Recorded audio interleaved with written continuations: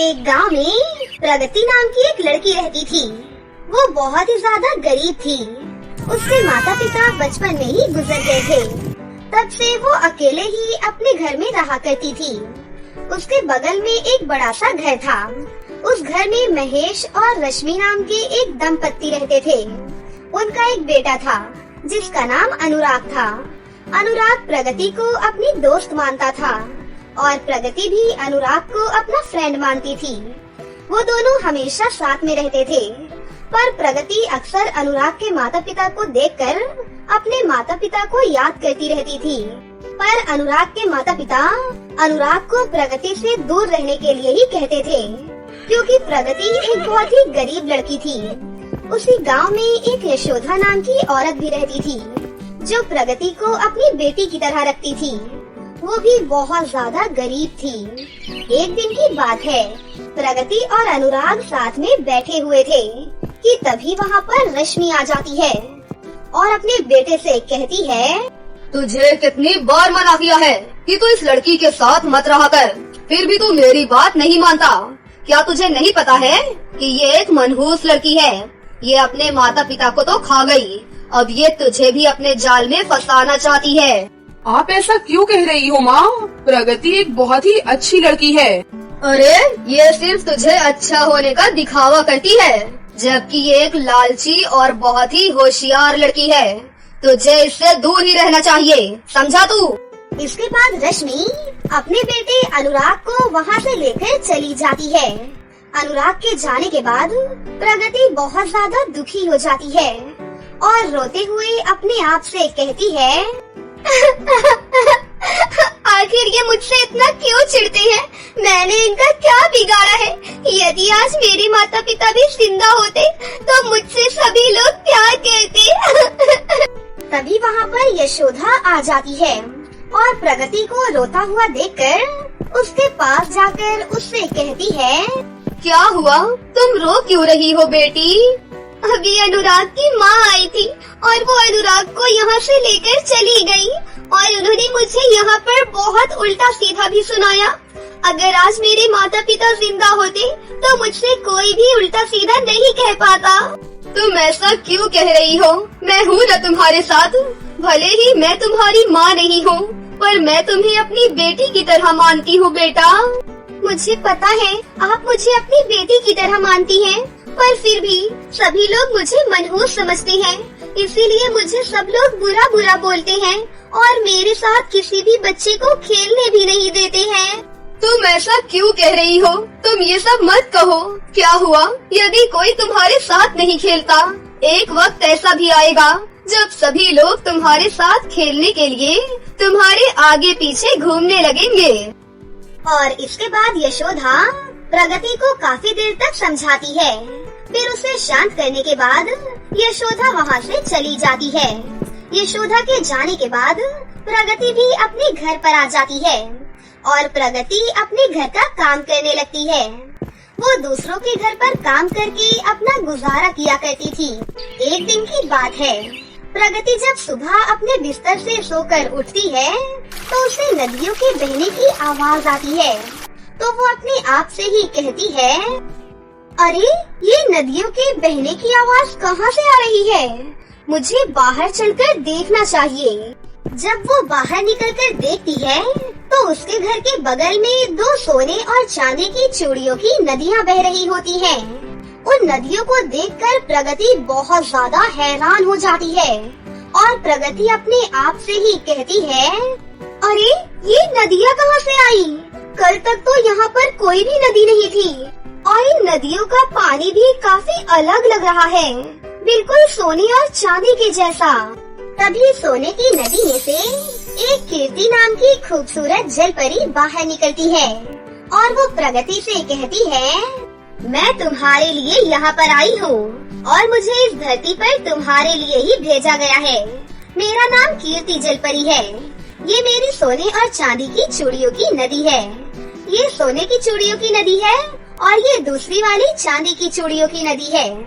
इसमें से तुम जितनी चाहो उतनी चूड़ियाँ निकाल सकती हो। इसके बाद कीर्ति जलपरी वहाँ से गायब हो जाती है।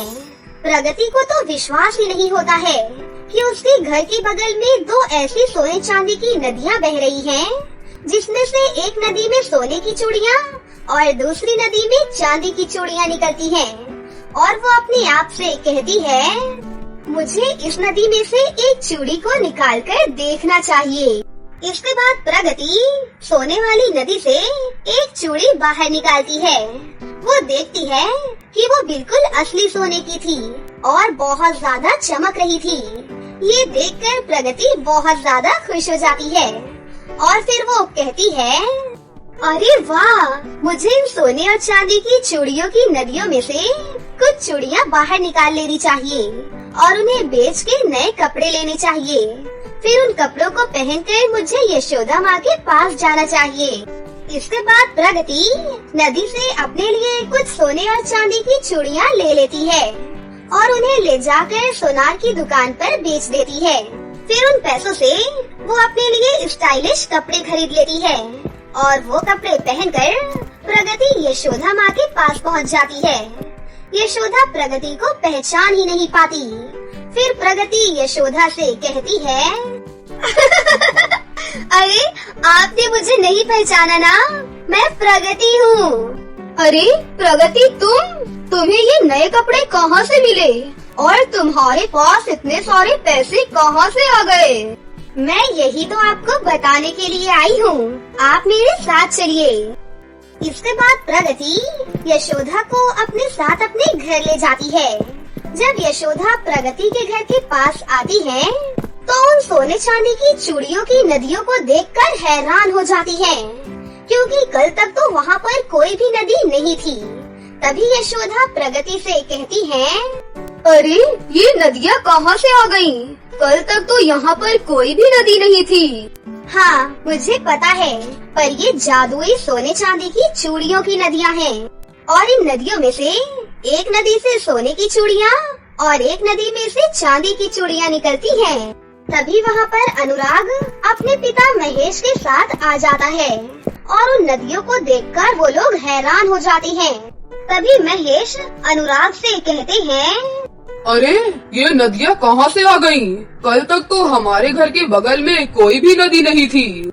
हाँ, मुझे पता है अंकल, ये जादुई सोने चांदी की चूड़ियों की नदी है और एक नदी से सोने की चूड़ियाँ और एक नदी से चांदी की चूड़ियाँ निकलती हैं। अच्छा, ऐसी बात है। मैंने तो कभी भी ऐसी नदी नहीं देखी। मैंने भी ऐसी नदियाँ कभी भी नहीं देखी। मेरी भी इतनी उम्र हो गई है, लेकिन आज तक कभी भी ऐसी नदी ना कभी देखी है और ना ही कहीं सुनी है मैंने। हाँ, आप लोग बिल्कुल ठीक कह रहे हो। मैंने भी कभी भी ऐसी नदियाँ नहीं देखी। लेकिन हम लोग आप लोगों की बातों पर कैसे विश्वास करें कि इन नदियों में से सोने की और चांदी की चूड़ियाँ निकल जाती हैं? मैं अभी आप लोगों को सोने और चांदी की चूड़ियाँ निकाल कर दिखाती हूँ। इसके बाद प्रगति उन नदियों से सोने की और चांदी की चूड़ियाँ बाहर निकालती है। ये देखकर वो लोग हैरान हो जाते हैं और तभी वहाँ पर रश्मि भी आ जाती है और वो प्रगति से कहती है, अरे ये तो जादुई नदियाँ हैं। मैंने तो ऐसी जादुई नदियाँ कभी भी नहीं देखी। हाँ, मैंने भी ऐसी जादुई सोने चांदी की नदियाँ कभी भी नहीं देखी है, वो भी चूड़ियों की। ये तो सच में बहुत बड़ा चमत्कार है। इसके बाद प्रगति यशोदा को बहुत सारी सोने और चांदी की चूड़ियाँ दे देती है और खुद भी अपने लिए सोने और चांदी की चूड़ियाँ ले लेती है। ये देखकर रश्मि भी लालच में आकर उन नदियों में जैसे ही अपना हाथ डालती है तो उसे जोर का झटका लगता है और वो दूर जाकर गिर पड़ती है। इसके बाद रश्मि और उसका पति महेश वहाँ से चुपचाप चले जाते हैं और अब प्रगति और यशोदा बहुत खुश थी। उस दिन के बाद से अब रश्मि भी अपने बेटे अनुराग को कभी भी प्रगति से मिलने के लिए नहीं रोकती थी। अब प्रगति को भी बहुत खुशी थी कि इन दो जादुई सोने और चांदी की चूड़ियों की नदी की वजह से सभी लोग उससे प्यार करने लगे हैं। ऐसे ही कुछ साल बीत जाते हैं और कुछ सालों में प्रगति और अनुराग को एक दूसरे से बहुत प्यार हो जाता है। फिर एक दिन अनुराग प्रगति को शादी के लिए प्रपोज कर देता है और प्रगति भी उससे शादी करने के लिए तैयार हो जाती है। फिर कुछ समय बाद वो दोनों खुशी खुशी शादी कर लेते हैं और हंसी खुशी से अपनी आगे की जिंदगी जीने लगते हैं। रतनपुर नाम के गांव में सिमरन नाम की एक लड़की अपनी माँ सुनीता के साथ रहती थी। सिमरन के पिता दिलजीत शहर में एक प्राइवेट कंपनी में काम किया करते थे। उनका छोटा सा परिवार हंसी खुशी अपना जीवन बिता रहा था, लेकिन अचानक उनकी खुशियों को किसी की नजर लग गई और शहर में काम करते करते सिमरन के पिता दिलजीत रुक्मणी नाम की एक महिला की ओर आकर्षित हो गए। वो दिखने में बहुत ही सुंदर थी और साथ ही चालाक भी। फिर अचानक एक दिन दिलजीत रुक्मणी के संग दूसरी शादी कर उसे अपने साथ घर ले आया। रुक्मणी के पहले पति से उसकी एक संतान थी जिसका नाम था कंचन। रुक्मणी ने दिलजीत को इस तरह अपनी मुट्ठी में कर रखा था कि वो सारी तनख्वाह उसी के हाथ में दिया करता था और अपनी पहली पत्नी और बेटी की ओर देखता तक नहीं था। रुक्मणी उन दोनों माँ बेटी को नौकरानी की तरह रखती थी। वहीं रुक्मणी की बेटी कंचन सिमरन जितनी तो सुंदर नहीं थी, लेकिन वो अपनी माँ की तरह ही घमंडी और लालची थी। एक दिन कंचन आईने के सामने बैठकर अपनी पायल पहनने के लिए देख रही थी कि तभी वहाँ पर सिमरन साफ सफाई करने कमरे में आ जाती है और कंचन को पायल पहनते देख खुश होते हुए बोलती है, अरे वाह कंचन, कितनी सुंदर पायल है ये। मुझे भी एक जोड़ी पायल दो ना, मैं भी पायल पहनना चाहती हूँ। चल हट, दूर हट भिखारन कहीं की। मुझे अपनी कोई भी चीज तुझे देना बिल्कुल भी पसंद नहीं है। बेशक मैं उसे कूड़ेदान में फेंकना पसंद करूंगी, लेकिन तुझे कभी भी नहीं दूंगी, समझी? जा यहाँ से, मेरा मूड मत खराब कर। तभी वहाँ पर रुक्मणी आई और बोली, अरे क्या हुआ मेरी प्रिंसेस बेटी को? तुम इतने गुस्से में क्यों हो मेरी बच्ची? देखो ना माँ, ये नौकरानी जब देखो मेरी चीजों पर बुरी नजर डालती रहती है। आज मुझसे ये मेरी पायल मांग रही है। क्यों रे भिखारन, तूने और तेरी माँ ने हमारी नाक में दम क्यों कर रखा है? पायल पहनने का ज्यादा ही शौक है तो जाकर अपनी माँ को पैसे कमाने के लिए बोल। यहाँ तेरे बाप ने पैसों की कोई फैक्ट्री नहीं खोल रखी है, समझी? आप कौन सा कमा कर लाती हो? आपको तो सारे पैसे मेरे पिताजी ही देते हैं। उन पैसों पर तो हमारा भी हक है। आपको तो शर्म आनी चाहिए। हमारे ही घर में रहकर हम पर ही अत्याचार कर रही हो। देखो तो माँ, कैसे कैंची की तरह आपसे जुबान लड़ा रही है, इस घर की नौकरानी होकर। मेरे ही घर में रहकर मुझे ही नौकरानी कहने की तेरी हिम्मत कैसे हुई? माँ, आप चुपचाप सुनती ही रहेंगी या कुछ बोलेंगी भी? ये लड़की हम दोनों की कितनी बेइज्जती कर रही है। इतने में रुक्मणी सिमरन को खींचकर एक थप्पड़ मारते हुए बोली, अपनी बकवास बंद कर और जाकर घर का काम कर, नहीं तो तुझे और तेरी माँ को धक्के मारकर घर से बाहर निकाल दूंगी। अब अपनी मनहूस शक्ल लेकर यहाँ से गुल हो जा। समझ गई ना नौकरानी की लड़की? चली थी हमारी बराबरी करने, अपनी औकात मत भूल, भिखारन कहीं की। कंचन की ये बात सुनते ही सिमरन को बहुत ही गुस्सा आया और उसने कंचन को धक्का देकर नीचे गिरा दिया। तेरी इतनी हिम्मत, तूने मेरी फूल जैसी बेटी को धक्का दिया? अब देख मैं तेरे साथ क्या करती हूँ। आज तो तू मेरे हाथों से नहीं बचेगी। इतना कहकर रुक्मणी ने पास रखा डंडा हाथों में उठा लिया। ये देख सिमरन घर से बाहर की ओर भागने लगी। अरे भागती कहाँ है? ठहर जा, मुझसे बचकर जाएगी कहाँ? वापस तो इसी घर में आएगी ना। देख, आज अगर मैंने तेरी हड्डी पसली ना तोड़ी तो मेरा नाम भी रुक्मणी नहीं। वहीं दूसरी ओर भागते भागते सिमरन एक घने जंगल में पहुंच गई। हे ऊपर वाले, अब मैं कहाँ जाऊंगी? अगर मैं घर वापस गई तो सौतेली माँ मेरी खूब पिटाई करेंगी, पर माँ के बगैर मैं अकेले कैसे रहूंगी? वो दोनों मिलकर मेरी पापा पर बहुत अत्याचार करेंगी। ये कहते हुए सिमरन रोने लगी। तभी उसके रोने की आवाज जंगल से गुजर रही माया नाम की एक चुड़ैल ने सुन ली। अरे लगता है ये बच्ची किसी मुसीबत में है, मुझे इसकी मदद करनी चाहिए। इतना कहकर माया चुड़ैल अपने जादुई झाड़ू से उड़ते हुए सिमरन के पास जा पहुंची। सिमरन अचानक उस डरावनी चुड़ैल को अपने सामने देखकर घबरा गई। प्लीज मुझे माफ कर दो, प्लीज मुझे मत मारना, मैंने कुछ भी नहीं किया, मैं आपके सामने हाथ जोड़ती हूँ। घबराओ नहीं बच्ची, मुझसे डरने की कोई जरूरत नहीं है। मैं तुम्हें कोई भी नुकसान नहीं पहुंचाऊंगी, बल्कि मैं यहाँ पर तुम्हारी मदद करने के लिए आई हूँ। क्या सच में आप मेरी मदद करने आई हैं चुड़ैल जी? हाँ बेटी, बताओ मुझे, आखिर तुम क्यों रो रही थी? रोते हुए सिमरन ने माया चुड़ैल को सारी बात बताई।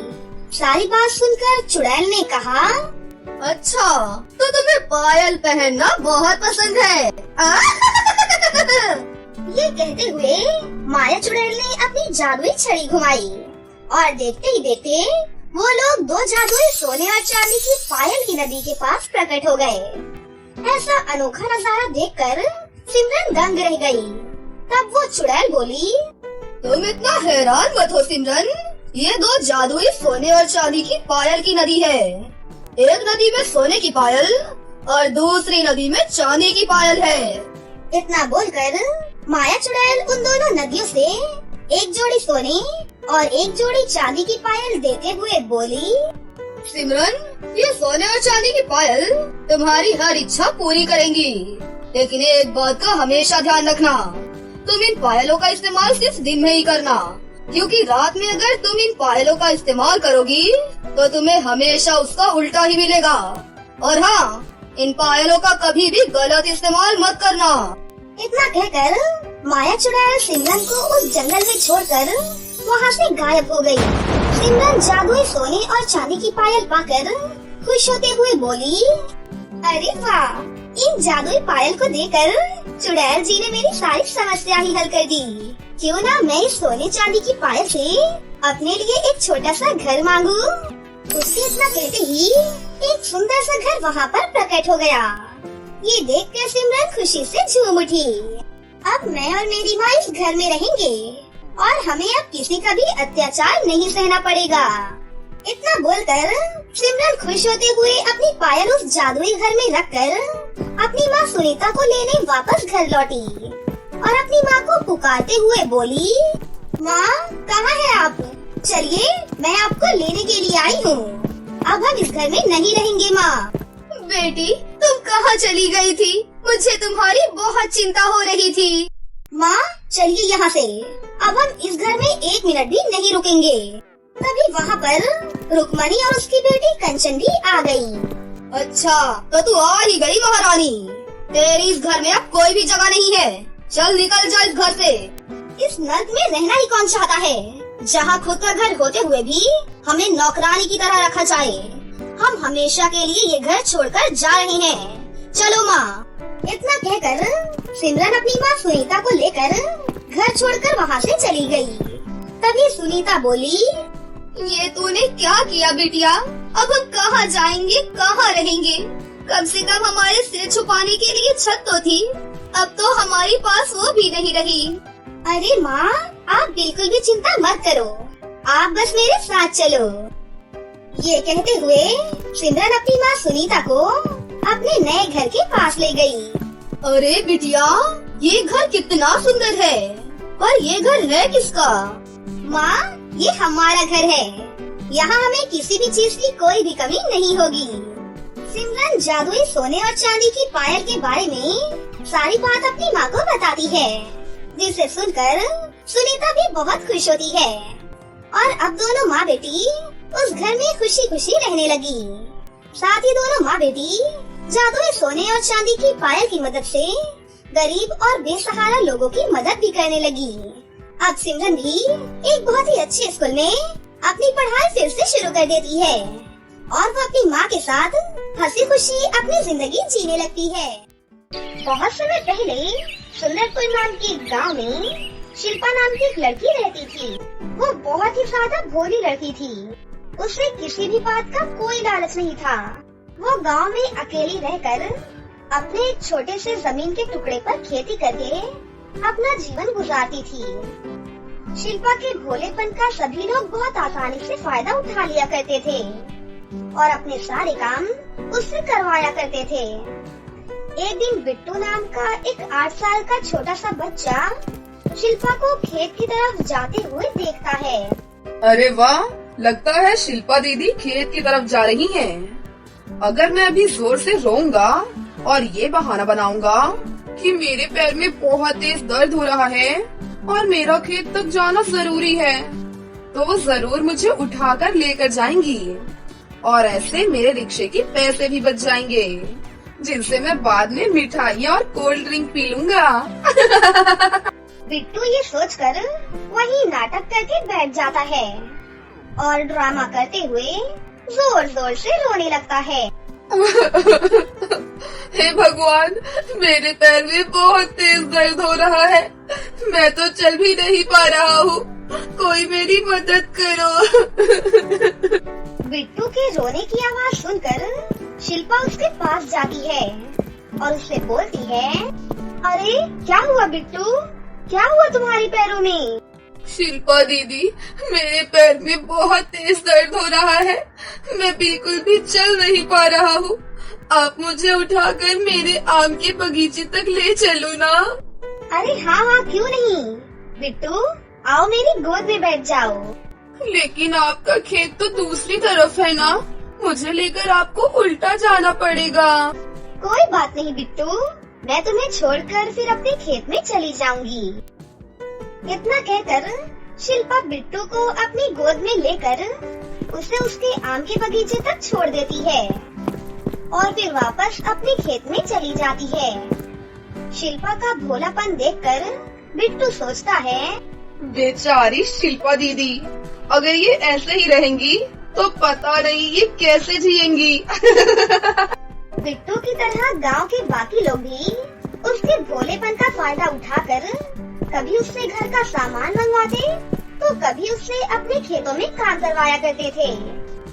इसी तरह वो शिल्पा को बेवकूफ बनाकर उससे बहुत सारे काम करवाते थे, लेकिन कोई भी शिल्पा की परवाह नहीं करता था। कोई उससे ये नहीं पूछता था कि वो कैसी है। सभी गांव वाले उससे सिर्फ अपने स्वार्थ के लिए ही बात करते थे। इस कारण शिल्पा को अपने खेत में काम करने के लिए भी कोई समय नहीं बचता था। अरे नहीं, आज का भी दिन पूरा बीत गया। कल मुझे अपने खेत में भी काम करना होगा, क्योंकि बारिश तो कुछ ही दिनों में शुरू हो जाएगी और मैंने तो अभी तक बीज भी नहीं बोए। कल ही मैं ये सारा काम खत्म कर दूंगी, वरना इस साल की फसल तो नहीं मिलेगी मुझे। ये सोचते हुए शिल्पा अगले दिन काम करने का फैसला करके सो जाती है। लेकिन अगले दिन शिल्पा के नींद से जागने से पहले ही जोरों की बारिश शुरू हो जाती है। इस वजह से वो अपने खेत में उस दिन भी बीज नहीं बो पाती। शिल्पा इंतजार करती है कि कब बारिश रुकेगी, लेकिन बारिश तो लगातार कई दिनों तक नहीं रुकती। इसी तरह एक दिन वो नदी के किनारे एक पेड़ के नीचे बैठकर बारिश के रुकने का इंतजार करने लगती है। तब उसे उस नदी में कुछ चमकती हुई चीज नजर आती है। शिल्पा उसे उठाती है और देखती है कि वो एक सोने का चमचमाता हुआ लहंगा था। अरे वाह, ये तो सचमुच में सोने का लहंगा है। लेकिन नदी में सोने का लहंगा मिलना तो आश्चर्य की बात है। सोने के लहंगे को देखकर शिल्पा अपने मन में ये सब सोच ही रही थी कि तभी उसके पास एक परी बूढ़े बाबा के अवतार के रूप में उसके पास आती है और कहती है, बेटी, कृपया करके कुछ पैसे दे दो बेटी, बूढ़ा हो गया हूँ। बेटी की शादी के लिए मेरे पास बिल्कुल भी पैसे नहीं है, बहुत गरीब हूँ बेटी। अरे दादाजी, मेरे पास तो पैसे नहीं हैं। हाँ, लेकिन ये सोने का लहंगा है, आप ये ले लीजिए। अगर आप इसको बेचोगे तो आपको इससे बहुत सारे पैसे मिलेंगे और इन पैसों से आप खुशी खुशी अपनी बेटी की शादी करवा सकती हैं। इतना कहकर शिल्पा वो सोने का लहंगा उन बूढ़े बाबा को दे देती है। जीते रहो प्यारी बच्ची। इतना कहकर वो बूढ़े बाबा वहाँ से चले जाती हैं। फिर वही परी एक छोटी सी बच्ची के रूप में शिल्पा के पास आती है। अरे दीदी, क्या आप भी सोने और चांदी के लहंगे लेने रोज इसी नदी के पास आती हो? नहीं तो, मुझे तो बस आज ही एक सोने का लहंगा मिला। मुझे तो पता भी नहीं था कि इस नदी में सोने और चांदी के लहंगे मिलते हैं। लेकिन तुम्हें कैसे पता? ये एक रहस्य है, मेरे अलावा किसी को नहीं पता। कि ये नदी सोने और चांदी के लहंगे की नदी है। चलो चलो चलकर और सोने और चांदी के लहंगे ढूंढते हैं। इतना कहकर दोनों नदी में छलांग लगा देती हैं और नदी में उनको बहुत सारे सोने और चांदी के लहंगे मिलते हैं। नदी से बाहर आकर वो बच्ची सभी सोने और चांदी के लहंगे को इकट्ठा करती है। दीदी, इतने सारे सोने और चांदी के लहंगे के साथ आप क्या करोगी? मैं तो इसे बेचकर अपना जीवन खुशी से जीऊंगी। नहीं, बिना मेहनत किए आया हुआ कोई भी धन मुझे अच्छा नहीं लगता। फिर आपने मेरे साथ इतनी मेहनत करके नदी से ये सोने और चांदी के लहंगे को क्यों निकाला? क्योंकि मैं इन लहंगों को अपने दोस्तों को, अपने पड़ोसियों को और जरूरतमंद लोगों को दे दूंगी। मैं वैसे भी अकेली रहती हूँ और इतने सारे सोने और चांदी के लहंगे मेरे किसी काम के नहीं हैं। इसीलिए मैं ये सब उन्हें दे दूंगी। इसके बाद वो बच्ची शिल्पा को नदी के आखिरी हिस्से तक लेकर जाती है, जहाँ नदी के ऊपर सिर्फ सोने और चांदी के लहंगे ही तैर रहे थे। उसे देखकर शिल्पा हैरान हो जाती है। बाप रे, यहाँ तो बहुत सारे सोने और चांदी के लहंगे हैं। ये पूरी नदी सिर्फ सोने और चांदी के लहंगों से चमक रही है। शिल्पा के सिर्फ इतना कहते ही वो छोटी सी बच्ची अपने परी के रूप में आ जाती है और शिल्पा दंग रह जाती है और उस परी को देखकर कुछ बोल ही नहीं पाती। शिल्पा, आज से सोने और चांदी के लहंगे की नदी की तुम ही मालकिन हो और तुम ही इसकी हकदार हो। गरीब लोगों की मदद करना और तुम्हारा सबके लिए प्यार, उसके आगे ये सोने और चांदी के लहंगे की नदी कुछ भी नहीं है। तुम बहुत भोली और अच्छी लड़की हो। आज से इस नदी की देखभाल तुम ही करोगी और इस नदी के सारे सोने और चांदी के लहंगे भी तुम्हारे ही हैं। इस गांव का भविष्य अब तुम्हारे हाथों में है। अब मैं चलती हूँ। इतना कहकर परी वहाँ से गायब हो जाती है। उसके बाद शिल्पा सोने और चांदी के लहंगे की नदी की मदद से सारे गांव वालों की मदद करने लगती है और सबकी देखभाल करती है। एक दिन उसके पास पड़ोसी राज्य का राजकुमार आता है और उससे शादी के लिए कहता है। हे शिल्पा, तुम बहुत सुंदर, नेक और भोली लड़की हो। मैं पड़ोसी देश का राजकुमार हूँ। क्या तुम मुझसे शादी करोगी? ये सुनकर शिल्पा बहुत खुश होती है और शादी के लिए हाँ कर देती है। कुछ ही दिनों में शिल्पा की राजकुमार से शादी हो जाती है, लेकिन फिर भी वो गांव वालों की मदद करना बिल्कुल भी नहीं भूलती। कुछ दिनों में शिल्पा की एक बहुत सुंदर सी बेटी होती है, जिसका नाम वो दोनों स्वरा रखते हैं और वो दोनों अपनी बेटी के साथ अपनी जिंदगी हंसी खुशी से गुजारने लगते हैं।